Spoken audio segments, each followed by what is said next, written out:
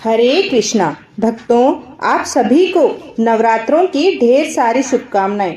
माता आप सभी की सारी मनोकामनाएं पूर्ण करें। नवरात्रि के दूसरे दिन मां ब्रह्मचारिणी की पूजा की जाती है, जो माता पार्वती का अविवाहित रूप माना जाता है। मां का यह स्वरूप तप से जुड़ा हुआ है और उनके इस स्वरूप की पूजा करने वालों में तपस्वी जैसे गुणों की ही वृद्धि होती है। मां ब्रह्मचारिणी की पूजा के साथ साथ उनकी व्रत कथा पढ़ना भी पूजा की सफलता के लिए जरूरी माना गया है। तो क्या है ये व्रत कथा, चलिए जानते हैं।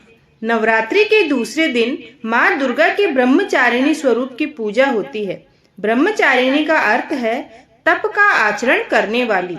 मां के इस स्वरूप की पूजा करने से भावनात्मक शक्ति बढ़ती है। मां ब्रह्मचारिणी को प्रेम, निष्ठा, ज्ञान और बुद्धि की देवी मानी जाती है। मां ब्रह्मचारिणी श्वेत वस्त्र धारण किए हुए हैं। उनके दाएं हाथ में अष्टदल की माला और बाएं हाथ में कमंडल है।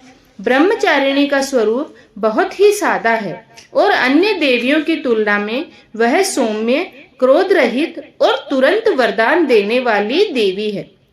मां ब्रह्मचारिणी की पूजा में उन्हें चीनी का भोग लगाया जाता है और इस दिन उनकी व्रत कथा भी पढ़ी जाती है। उनकी व्रत कथा पढ़े बिना पूजा अधूरी मानी जाती है।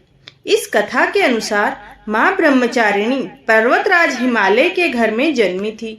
इसके बाद उन्होंने नारद जी से उपदेश लेकर भगवान शिव को पति के रूप में पाने के लिए कठोर तपस्या की।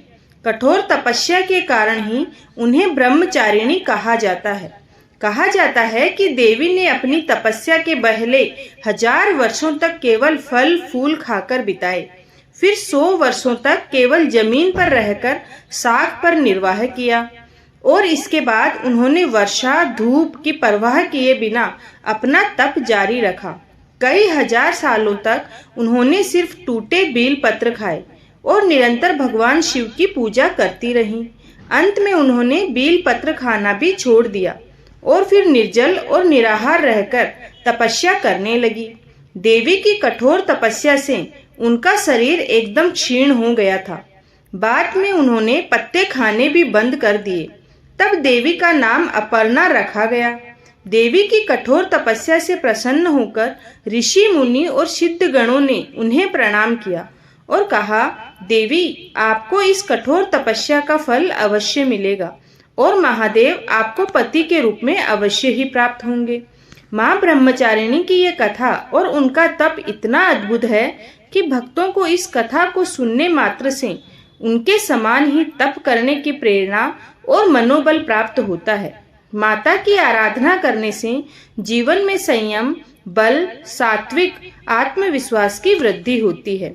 या देवी सर्वभूतेषु या ब्रह्मचारिणी रूपेण संस्थिता नमस्तस्यै नमस्तस्यै नमस्तस्यै नमो नमः।